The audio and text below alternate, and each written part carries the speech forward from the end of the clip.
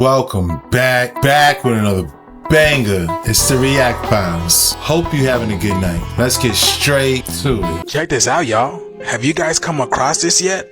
So this is a viral photo going around the world, literally proving that these birds, and especially pigeons, are nothing but cameras for the elite. Well, they're not really elites, just the people who want to monitor and control us. Cause why is this? And it begs the question, how long has this been going on for? I mean, have pigeons always been cameras? Have you ever seen a baby pigeon being born? And are pigeons the only ones? Because check this out. This is from the television show Jujutsu Kaisen. Look at the crow. Look how they show you the crow as a camera. Y'all see that? And these are supposed to be the higher ups, the elites, looking over, literally showing you that these birds are nothing but cameras, or majority of them. Look at that, y'all. So what is this for? What is the reason behind this? Why are they trying to control us? And who are they trying to control? Because we know this world is full of simulated people, people that are just part of the program, part of this matrix. But you got to ask yourself, where do you see these birds? Where do you see these birds? I told y'all, man, we are in the year of the 8. Everything is coming back full circle. The truth is coming to the surface. But let me know what you guys think about this video down in the comments below. Like, follow, and share for more videos like this. Thank you for tuning to my frequency. Let's get this shift.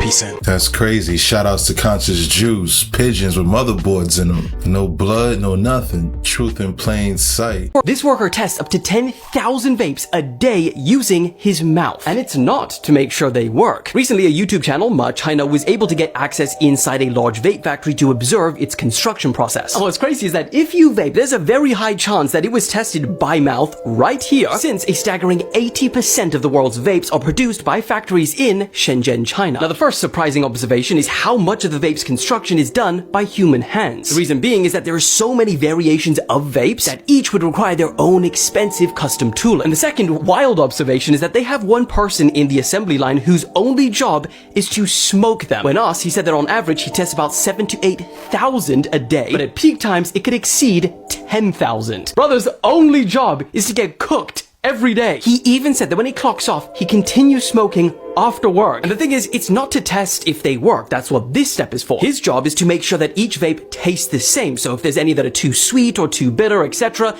they'll take them out the line. And for everyone thinking now that you're locking lips with a Chinese factory worker, don't worry, they say that there is another sterilization process that they take before they ship you your vape. Good thing he said they clean it, so I was starting to get worried. Have you ever seen the map of that one thing that happened in Las Vegas that we're not allowed to talk about? Yeah, there's a whole map on the internet. You got to check this out. So open up a search engine, whichever one you want, and type in these 4 words. That's the keyword right there. Map. It'll be like the 4th hit or something. You're looking for this one right here. Click on that.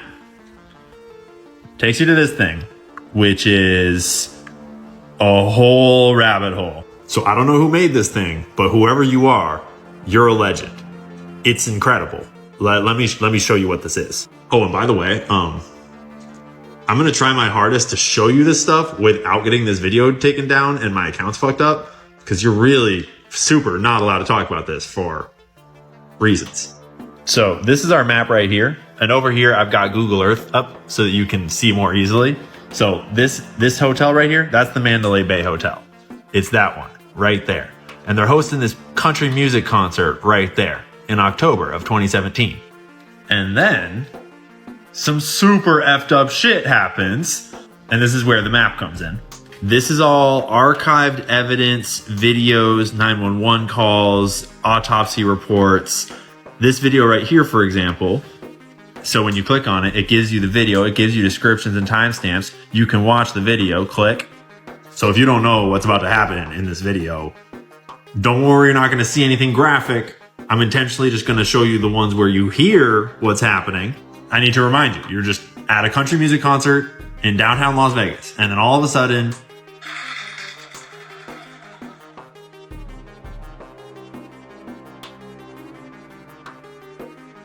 you hear that? That is exactly what you think it is.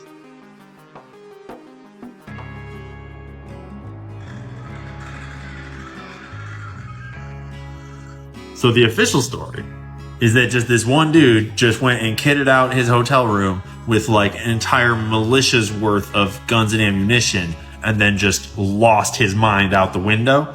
And just to be clear, that's exactly what happened. So everything else I'm about to show you is just like coincidences and misinformation and weird 911 reports and people just losing their minds in general. And it's mostly all fake because he's the only guy that night that did any shooting at all. Because he actually took his own life at the end of it. The cops didn't even get to his room until like an hour after he was out of there. Like, not like he never left his room. He just like, he left. Of his own accord, theoretically, on his own. He was all alone. There's no one else in the room. But anyways, that's why when you look at the map, there's all these like reportings around the hotel, and there's all this horrible shit that happened right here in the festival. That's also why there's this 911 call happening over here to the side that I listen to, that you can listen to too. You just click on the little link, it's all linked up, where he clearly describes that he had direct visual on two dudes carrying the things that, you know, in that hotel running in a direction, and he made a 911 call about it. That's also why up here at the Excalibur, there's like 3 different 911 calls about this of the Excalibur. If you're not familiar with Las Vegas geography, that's where our dude is, the guy doing the bad stuff. We're like down here now in that building. But wait, there's more. There's also like 10 different 911 calls from the Tropicana saying there's stuff going on inside of that building. That's all these right here. There's video, there's phone calls. Those are all 911 calls. Then there's all these eyewitness videos of them like completely shutting down this intersection for what sure seemed like them suspecting there was some bad dudes around that area. Despite, remember, there's just one bad guy and he's just way up there in his little hotel room window and he never left until he totally checked out of reality. While he still had like more than half of his stash of ammo just chilling with him, and the cops were not even at his door for another hour, mind you. He just was like, I'm tired. I'm going to bed, like the long bed. Totally logical behavior for someone of this persuasion. Then there's this absolute clusterfuck of 911 calls from the Bellagio. People reporting things like that. Again, to clarify, one bad guy there, that's it. But the Bellagio is like way down here. Where's the Bellagio? It's like one of these guys, I think. Oh shit, no, it's even further down. It's right here, way down here. Like, we're talking like this dude has somehow like made all of these dudes panic and think that there's something going on inside this building. Then you move up to the Mirage. There's more. Caesar's Palace, Mirage. Right there. 911 call. You can listen to it yourself. It's recorded. The Venetian, same thing. Listen to the 911 call. That's not to mention that something seriously fishy happened at this helicopter tour spot right here, which you can see right here, where there's these 911 calls that came in from there, where dude's girlfriend calls and is like, yo, something super bad is happening here. And they're all locked down and they're hiding. And one woman was injured. It's really not clear what happened to Sundance helicopters, but what is clear is there was some super weird helicopter stuff happening that night. You can see them in the videos, like helicopters that aren't police, that aren't supposed to be there, that don't officially exist. But then people started digging through the flight logs. Later at 9:45, the same 3 helicopters that left earlier became returned from the north, head south across the strip, and then stopped and began to hover above the Mandela Bay area for several minutes. By 9:50, all 3 helicopters hovering above Mandela Bay turn off their transponders 15 minutes before the shooting begins, and they do not go back on until after the shooting at the festival ceases.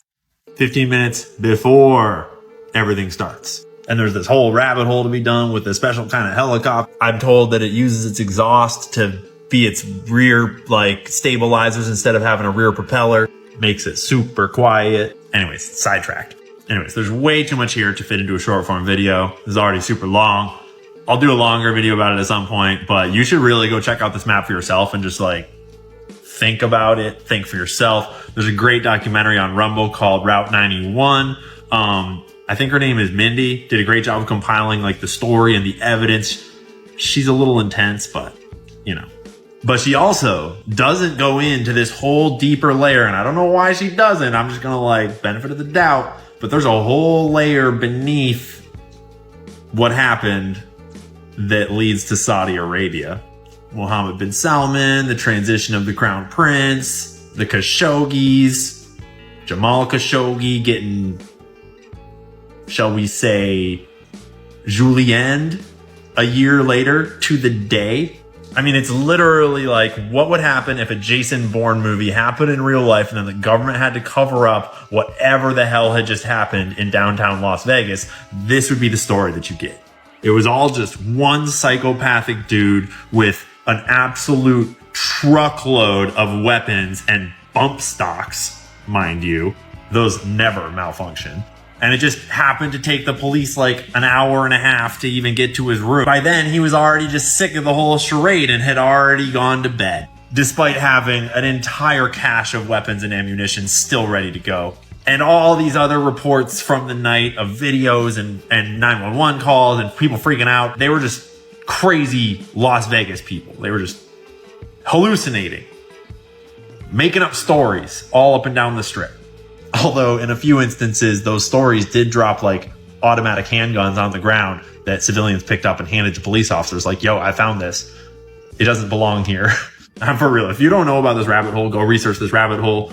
Rest in peace to all the civilians that unfortunately lost their lives that day, because what a tragedy. Like, just at a music festival trying to live your life. It's honestly like really heartbreaking, because on this map, these are all autopsy reports and you can read the details, and I'm not going to go into them right now because something about that just seems kind of wrong on camera. But they're like teachers and mothers and like people with families, and it's just like, it's a little choking to actually turn it, like, stop looking at it as like a crazy story and like a blah, and to actually think about like the human lives in this world. Because too often the news just turns into like news and clickbait and arguments on Twitter. But like, this is real life and these are people's lives and we're all people. And I think too often we forget that we're pretty much all just people. We've all got families. We all just want the best for them. And we're all generally just doing our best to do it. So yeah, tell someone you love them today. Don't trust the government. They're always lying. Drink some water. And if anything crazy ever happens, film it. Twice. Have you ever seen the map of that one thing that happened?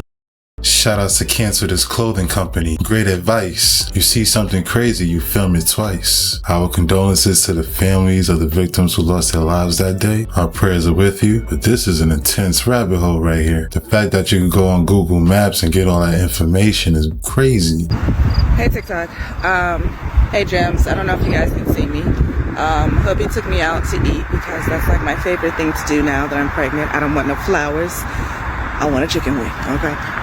But while we were out at, we were like on 55th Street, we saw a bunch of military trucks and cars and everything go down a regular residential street, which that was odd. And it reminded me that tomorrow is the big day, well, the 19th. And so they are bringing in extra military in Chicago to prepare for the DNC here in Chicago.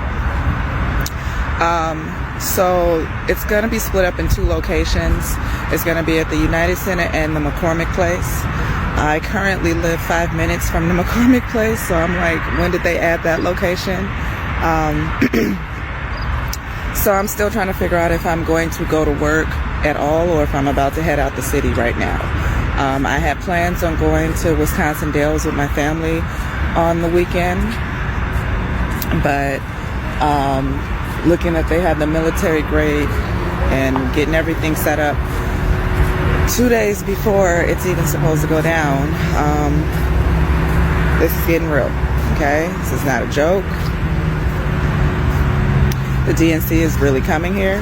The protesters are really acting a fool right now. And I just wanted to do this little TikTok just to prepare my Chicagoans. Like, this is not a joke. It's not just the Palestinians. There are a lot of Black Americans that will be out there protesting as well because they are sick of the immigrant issue that we have. There are a lot of people, Black and brown, that are just very upset with Kamala and they want to give her a warm welcome. So this is to my Chicagoans. If you're going to stay, be prepared to fight. If you're going to leave, pack your bags. Like I said, I just saw it firsthand. It was like a line of 15 military trucks going down the residential street towards my house. Okay, so it's going down. Chicagoans are very, very upset with our government. The Venezuelans were just kind of dropped off, and like the crime has jumped tremendously because of the Venezuelans being here. So, you know, black people will be at this protest because we have our own fight to fight as well. They said it's about 8 organizations that have signed up to protest, but we already know it's going to be organizations that didn't sign up that will also be there. So traffic is going to be insane on the south side of Chicago because, of course, they do everything on the south side of Chicago, right?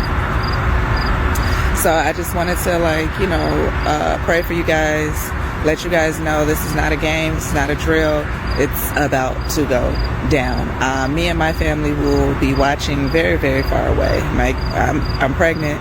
My kids are too young for me to be fighting and protesting right now. But, you know, if I could, I'd be out there. So, anyway, that's all I want to say. Be safe this weekend, all my Chicago family. Love y'all. Shout outs to Chosen Gem 22. We wish you peace and safety. We wish you a successful pregnancy. You know it's crazy when someone says they don't know whether they're going to work or leaving their home to go out of town because of such circumstance.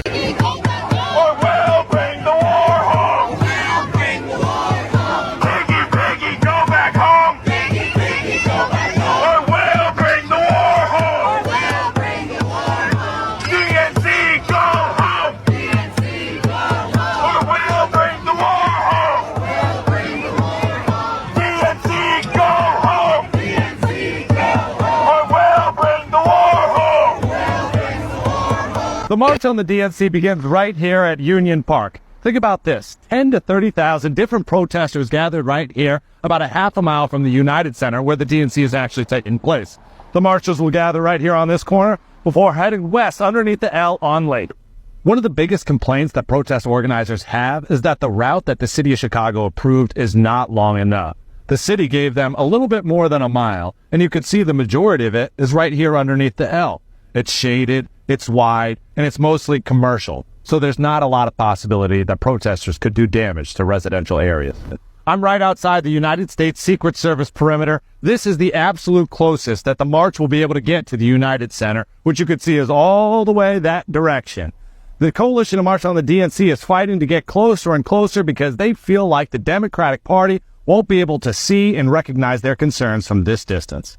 We're now heading east back towards Union Park. You can see this area is mostly residential. Organizers tell me they have concerns that this area is going to become overcrowded by tens of thousands of protesters, that they'll start walking on people's lawns and unintentionally destroying property while exercising their First Amendment right. Back here at Union Park, this is where the march will end. In total, the route is a little bit more than 1 mile. Now, protest organizers tell me it's entirely possible that the back of the line won't even have begun their march by the time the front of the line makes it back to the park.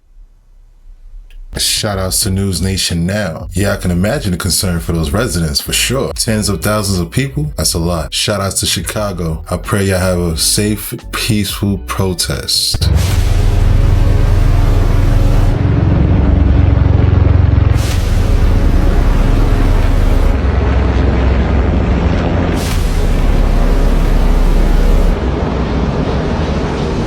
Good morning, friends. We are in Chicago today, and we will be going out to protest later today. First up, we are going to go down to Little Palestine and some other spots and see what's going on down there. And then later this evening, we will be going out to protest. It's supposed to start at around 5, and we will see what happens down there. I'm really excited. The mayor here is more pro-Palestine, so there were supposed to be some other sites blocked off, but he was able to get them opened up. So we're really excited about that. Also, we have noticed that for the protests here in town, the news media is not covering. They're not saying much about it.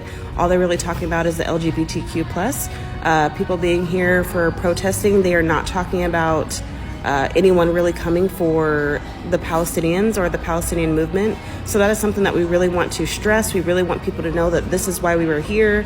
this is what we are doing. So help us spread that message, share these posts, get it out in front of as many people as you can, because we showed up and there are so many people that are showing up. There's supposed to be over 100,000 plus pro-Palestinians or pro-Palestine people that are here, and we want to get our message across. So please share, and thank you so much, and free Palestine. Shout outs to Kim Obor. As you see, 100,000 people about to be out there, man. That's a lot of people. And looking at the space that's provided for them, I just pray peace and safety for everybody who attend. Fingers crossed. Good morning. Organizers are planning on packing the loop later this afternoon for the first planned protest taking place before the Democratic National Convention even officially gets underway. The permitted protest will take demonstrators from Michigan to the Logan statue by East 9th Street and then into Grant Park. That's about a mile and a half from their starting point. The protest is called the March for Bodies Outside Unjust Laws. Organizers say they are protesting the Democratic Party's failure to live up to its rhetoric in favor of reproductive and LGBTQ rights. They're going to be rallying along with those calling for an end to the conflict in Gaza. Illinois Senator Tammy Duckworth says she expects these protests to be safe and orderly. We very much are welcoming people to express their right to freedom of speech, and in fact there will be an area that protesters can be in to express themselves. We even created a march route, a parade route, so that people can actually mount protest marches if that's what they want to do. We're going to do this in a safe and orderly manner. They're going to be peaceful protests, and we welcome them. Another permitted protest is scheduled for tomorrow near the United Center. Protesters there will march from Union Park to Park 578, just a couple blocks north of the UC. Organizers say they are now allowed to set up a stage and sound system at Park 578. That's within sight and sound of the UC. Now, previously, the city told organizers they could not use this equipment, citing safety risks. Organizers say Mayor Brandon Johnson was directly involved with these negotiations. Now, today's planned protest, starting near Michigan and Wacker, is set to begin at 5 p.m. As you see, the map for the planned parade route is going to be pretty tight for 100,000 people, I'll tell you that. So as you can see here, the crowd has been massive. As you saw from those chopper shots, it really is a massive crowd here. Several different organizations. I want to show you what we're seeing here right on the front line of this march. We are headed towards Grant Park right there. You see the sign there, Free Palestine, Feminists, and LGBTQ+. All of these organizations have been coming together here to send a message on the eve of the DNC. We've seen them all rally together. We heard several different speakers at that rally. It lasted about an hour and 20 minutes, remained peaceful the entire time. We did see several groups all marching together now, and police have maintained their presence, making sure to block off roads near Michigan and Wacker and creating the pathway to Grant Park. And as you see here behind us, people continuing to remain peaceful, march towards, they say, while they agree with a lot of the Democratic policies, they do not appreciate the action that has come from a lot of the talking points that they've heard from Vice President Kamala Harris and other Democratic leaders. So today, they're trying to send that message that they will make that message clear and be a voice for all of these several different organizations. So we're continuing to march our way towards Grant Park. Again, it is remaining peaceful here. They have maintained their presence as the Chicago police, and we're going to keep you updated as this continues to unfold here. Have you ever wondered who runs the Super Bowl halftime show, like who picks all the performers and stuff like that? I mean, as you know, it's one of the biggest stages in the world, and if you ever seen any of my videos on it, you know there's always some type of symbolism. But this person has been doing it for a few years now, and just listen to the NFL commissioner himself say it. So I actually called Jay-Z and asked Jay-Z, you select the halftime show. And so he actually does it every year. The truth is, Jay-Z is one of the biggest hip-hop artists to ever live. With a massive catalog and never-ending achievements, Jay-Z has become one of the faces of hip-hop. According to Jay-Z, he managed to escape the slums of Brooklyn and make it to the top of the music industry and then the top of the world. But how exactly did he go from being just another Brooklyn dealer to the mega rap superstar he is today? According to Jay-Z, before he was married to Beyonce and hanging out with billionaires, he was living the street life and committing crimes to survive in the gritty streets of Brooklyn. Jay-Z tells his story in his music, painting his come up as an artist who made it from nothing, simply using rap skills and street money that he got from being New York's best hustler. What he forgot to mention is that the reason he is one of the biggest rappers to ever live is due to taking the Masonic oath. Join me in this episode as we uncover the dark truth about Jay-Z. Jay-Z was born December 4th, 1969 in Brooklyn, New York. He had a tough upbringing, being raised in the ghettos of Brooklyn and one of the worst project buildings to ever exist, called Marcy Projects. He was raised in a single-parent home after his father abandoned the family at an early age. Jay-Z's mother would realize that he was into music, so she decided to gift him a beatbox for his birthday. Jay started freestyling over popular songs played on the radio and started writing lyrics down to them. This is where his dreams of becoming a rapper would come to life. Jay built up his confidence on the mic and took to the streets, joining in on local freestyles, battling people all over the city. He would eventually become known for rapping around his neighborhood, which gave him some local street recognition. This is the same time Jay-Z claims he was in the streets working as a dealer in Brooklyn in order to survive. Jay-Z would meet and befriend Jazzo, a local rapper who would go on to mentor Jay-Z in his early career. Jay-Z even named himself after Jazzo. He would then go on to start building a bit of a name for himself in the underground battle rap scene, eventually battling a few big name rappers like LL Cool J. In 1994, Jay-Z would meet DJ Clark Kent, who took a liking to Jay-Z's rapping. So he connected him with Dame Dash, who at the time was managing another hip-hop group. Together they formed Rockefeller Records in 1995 and quickly began looking for a record label to house the label. They would eventually sign a distribution deal with Priority Records. Just a year later in 1996, Jay-Z would drop his debut album, A Reasonable Doubt, marking the start of his long music career. This is what you may already know about Jay-Z, but the truth is far more sinister. I have come to the conclusion that Jay-Z sold his soul to the devil and took the Masonic oath in order to have a successful music career. The reason I have come to this conclusion is no other than Jay-Z himself, as he shows us time and time again who he truly serves. Jay-Z didn't make it to the top of the music industry with just his music skills and street money. Jay is a Masonic puppet who took the oath in order to gain the world. His Masonic connections played a large role in his career. In order to understand my point, we must understand what Jay-Z is doing. It's the same thing Drake is currently doing with the Sixth God and the Owl of Monarch branding. See, these artists that take the oath essentially get rewarded for how much their contribution furthers the agenda. Since Jay-Z embodied Aleister Crowley's teaching and made it the core values of his record label and image, he was awarded with the highest Masonic ranking possible, allowing him to become the megastar legend he is today. Jay-Z went as far as naming his label Rockefeller Records, inspired by the ultra-rich Rockefeller family. For those who don't know, the Rockefellers are one of the richest bloodlines known to man. When people think Illuminati, this is the family that comes to mind. In reality, the Rockefellers are part of the hierarchy of Freemasonry, not really the Illuminati. Jay-Z was obviously inspired by what the Rockefellers represented. These are the men that truly run our world. Jay-Z, like many other Masonic puppets, shows his alliance with the one-eye symbolism and Masonic hand gestures. Often, we see Jay-Z displaying his signature hand sign when he makes a triangle with his hands, which he claims represents the rock for his Rockefeller Records, when in reality, it's just the Masonic all-seeing eye. In this photo here, you can see him place the triangle over one of his eyes, clearly representing the Masonic all-seeing eye. There's also a photo circulating online that appears to show Jay-Z attending a Masonic meeting. I wasn't able to validate this photo, but it does appear to be Jay-Z.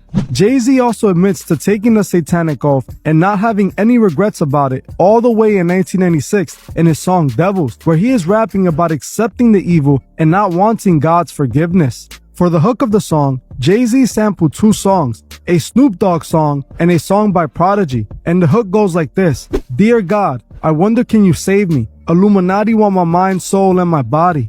Dear God, I wonder can you save me? Secret society, trying to keep their eye on me. Already with just the hook of this song alone, we know what Jay-Z is referring to, his Masonic connection. Jay-Z then goes on to rap, 9 to 5 is how to survive. I ain't trying to survive, I'm trying to live it to the limit and love it a lot. Life ills poison my body. I used to say forget mic skills. I never pray to God, I pray to Gotti. That's right, it's wicked. That's life, I live it. Ain't asking for forgiveness for my sins. As you can see, Jay explains how he never prayed to God, but instead to big-time gangsters. He mentioned how a 9 to 5 is how to survive, but he wanted it all, so he was willing to sell his soul to gain the world. He explains how the evil, wicked life he lives, he chose it, and he isn't asking for forgiveness for his sins. He then raps in the very next line, I break bread with the late heads, picking their brains for angles on all the evils that the game do. It gets dangerous. Money and power is changing us, and now we're lethal, infected with the devil. Shout outs to The Truth Is breaking it down. The Evils on that Reasonable Doubt album. Yeah, that's a classic right there. Of course, I'm very familiar with it, but at the end of the day, it is what it is.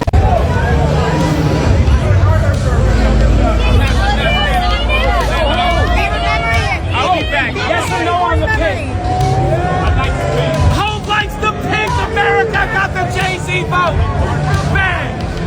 And that's a wrap. Hope you enjoyed tonight's rabbit hole. If you haven't already, please take a second just to smash that like, subscribe, ring that notification bell, just to make sure the algorithm knows what's up. So what we gonna do, y'all? That's right. Run these numbers up. Thanks again. Until next time.